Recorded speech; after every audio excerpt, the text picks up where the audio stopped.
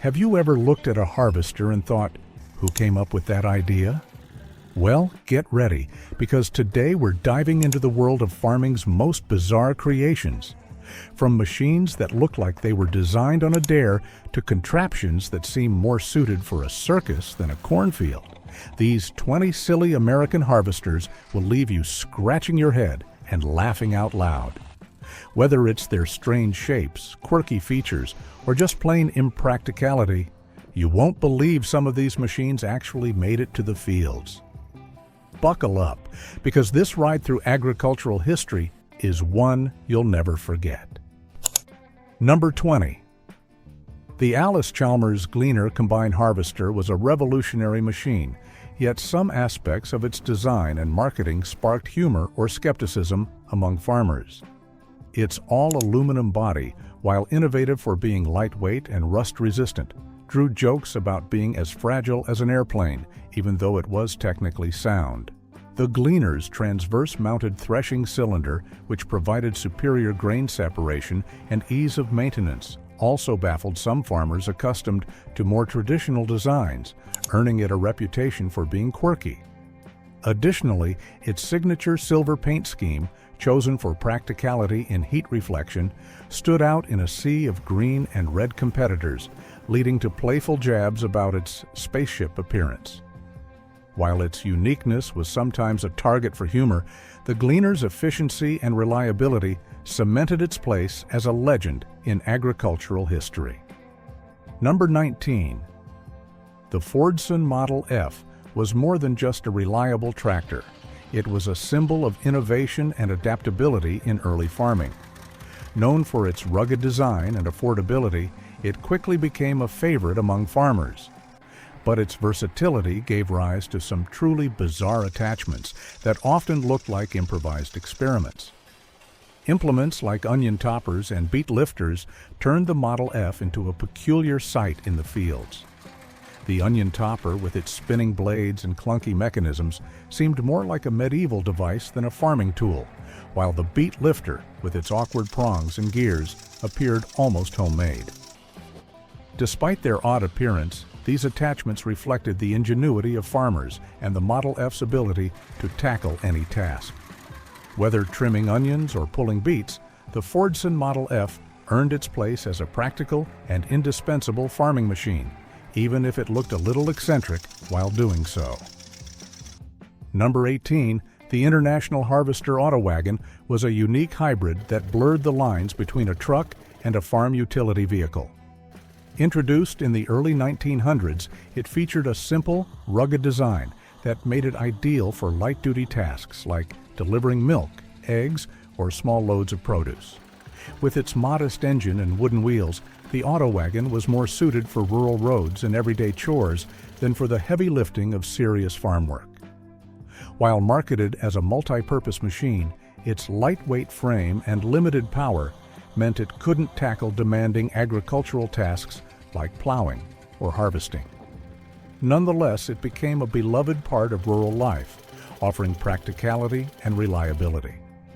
As an early forerunner of modern farm trucks, the auto wagon carved out its own niche, even if its true strengths lay in transportation rather than field labor. Number 17. The New Holland bale wagon was a marvel of efficiency, designed to automate the laborious task of stacking and transporting hay bales. However, its utility came with a quirk that made it infamous among farmers: its top-heavy design. While it could expertly gather and stack bales, the wagon's high center of gravity turned uneven terrain into a hazard. It wasn't uncommon to see a bale wagon toppled over in a field, its neatly stacked bales scattered like a giant game of pickup sticks.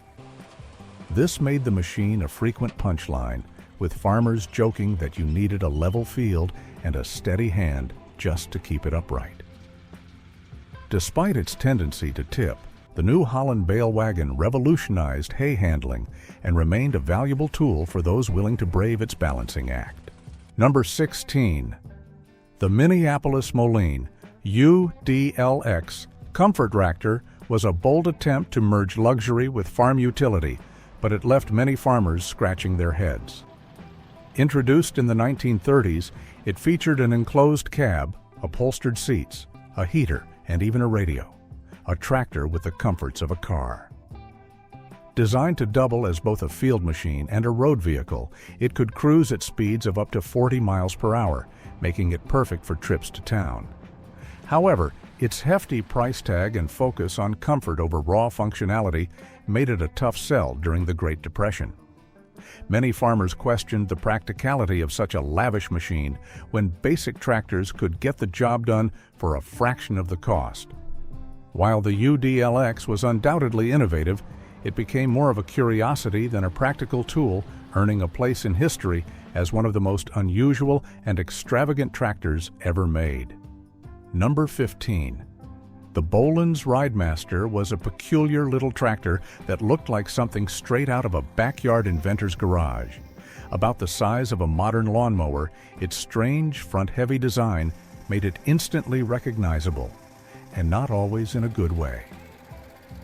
While it was intended for small-scale farming and gardening, its awkward weight distribution and limited power meant it struggled even with basic tasks. On uneven ground, it could feel like you were fighting to keep the front end from tipping over. Designed for small plots and light work, the Ridemaster was better suited for hobbyists than serious farmers. Despite its shortcomings, its quirky appearance and historical value have made it a beloved collector's item among vintage machinery enthusiasts. Number 14. The Oliver Kletrek. HG Crawler was a compact crawler tractor that looked more like a toy tank than a serious piece of farm equipment. Introduced in the 1940s, it was designed for small farms and specialized tasks like working in orchards or vineyards, where its narrow frame and low profile could navigate tight spaces. However, its small size and limited power made it ill-suited for heavy-duty farm work, leading many to view it as more of a novelty than a necessity. While it could handle light tilling or pulling small implements, its capabilities paled in comparison to larger tractors. Despite this, its unique tank-like design and niche applications earned it a loyal following among collectors and those with a soft spot for quirky, vintage machinery. Number 13. The versatile Swather was a highly effective harvesting machine, but its unusual design made it the butt of many farmyard jokes. With a tiny cab perched high above the ground, it gave operators a commanding view of the field, at the cost of looking like a mechanical giraffe. Climbing into the cab often required scaling a set of steps or a ladder, which only added to the humor. While its elevated design provided excellent visibility for cutting crops, it also made the machine appear top-heavy and awkward. Despite its comical appearance, the versatile Swather was a dependable tool for farmers, proving that functionality often trumps aesthetics, even if it inspires a few laughs along the way. Number 12. The Cockshut Blackhawk. 35 was a striking machine, instantly recognizable by its bold black and red color scheme that set it apart from other harvesters. However, beneath its eye-catching exterior lay a less than stellar reputation. Farmers quickly learned that the Blackhawk 35 had a knack for breaking down mid-field, often leaving them stranded during critical harvest times. From clogged threshing mechanisms to persistent mechanical failures, its reliability left much to be desired. While its design had potential and its look exuded confidence, many farmers grew frustrated with its frequent downtime and costly repairs. Despite its flashy appearance, the Blackhawk 35 became a cautionary tale, reminding farmers that looks aren't everything when it comes to dependable machinery. Number 11. The John Deere. High Crop 60 was a specialized tractor designed for harvesting tall crops like sugarcane, corn, and cotton. Its most distinctive feature was its spindly, elevated wheels, which allowed it to clear taller plants without damaging them. This practical design, however, gave the tractor a comical, spider-like appearance as it towered over the fields, often drawing chuckles from farmers and onlookers. Despite its unusual look and slightly precarious feel on uneven terrain, the High Crop 60 proved to be a reliable and effective machine for specialized farming tasks. Today, it's celebrated as a quirky yet iconic piece of agricultural history, admired for its unique role and unmistakable silhouette. Number 10. The Farmall Cub with belly mower was a charming little tractor that combined compact size with versatility, making it a favorite for small farms and residential properties. Its defining feature was the belly-mounted mower, an attachment that sat snugly beneath the tractor, giving it the quirky appearance of a miniature tank with a lawnmower strapped to its underside. This setup made it ideal for mowing large lawns, trimming pastures, and light agricultural work, but it also led to some humorous remarks about its unconventional look. Despite its modest size and power, the Farmall Cub with belly mower was a dependable workhorse that brought efficiency and personality to every job, cementing its place as a beloved classic among vintage machinery enthusiasts. Number 9.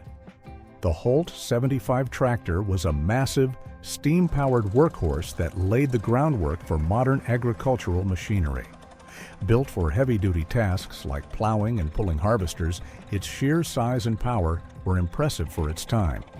However, its large, clunky design made it notoriously difficult to maneuver, especially on soft or muddy terrain. Farmers often joked that owning a Holt 75 meant you needed a second machine on standby just to pull it out of the mud. Despite its shortcomings, the Holt 75 was a technological marvel of its era, paving the way for the development of more efficient and versatile tractors. Its legacy lives on as a symbol of early innovation in farming, even if it occasionally required a helping hand to get the job done. Number 8. The New Idea Unisystem was an ambitious attempt to streamline farming with a modular harvester that could handle multiple tasks by swapping out different implements. In theory, it was a farmer's dream. One machine for harvesting corn, chopping silage, or baling hay. However, in practice, it proved to be more trouble than it was worth. Its bulky and awkward design made it difficult to maneuver in tight or uneven fields, and the process of switching between implements was often tedious and time-consuming. Worse yet, the Unisystem was prone to mechanical issues, leading to frequent breakdowns and costly repairs. While its innovative concept briefly intrigued farmers, its impracticality led many to abandon it in favor of more reliable, specialized equipment. Despite its promise, the Unisystem became a cautionary tale in agricultural history, remembered as a bold idea that fell short in execution. Number 7. The Roto-Baler by Alice Chalmers was a groundbreaking machine in its day, introducing the concept of creating round bales that were easier to handle and store. However, its innovation came with a major drawback. The baling process required frequent operator intervention to manually tie each bale. This constant stopping and starting made the machine frustratingly tedious to operate, especially during large harvests. While it was a step forward in baling technology, its inefficiency compared to later fully automated balers meant it quickly fell out of favor. Despite its flaws, the roto-baler holds a place in agricultural history as one of the earliest attempts to revolutionize hay baling, paving the way for the more efficient machines that followed. Number 6. The David Bradley Tri-Track was a truly oddball tractor, featuring a three-wheel design with a single front wheel and a high, narrow stance. While its compact size and maneuverability were meant to make it ideal for small farms and tight spaces, its high center of gravity turned it into a tipping hazard on uneven terrain. Farmers often found themselves battling to keep the Tri-Track upright, and it wasn't uncommon to see one overturned in the field, leading to both frustration and plenty of laughs. Despite its quirks, the Tri-Track represented an innovative, if flawed, approach to farm machinery, earning its place as a curious chapter in tractor history. Number 5.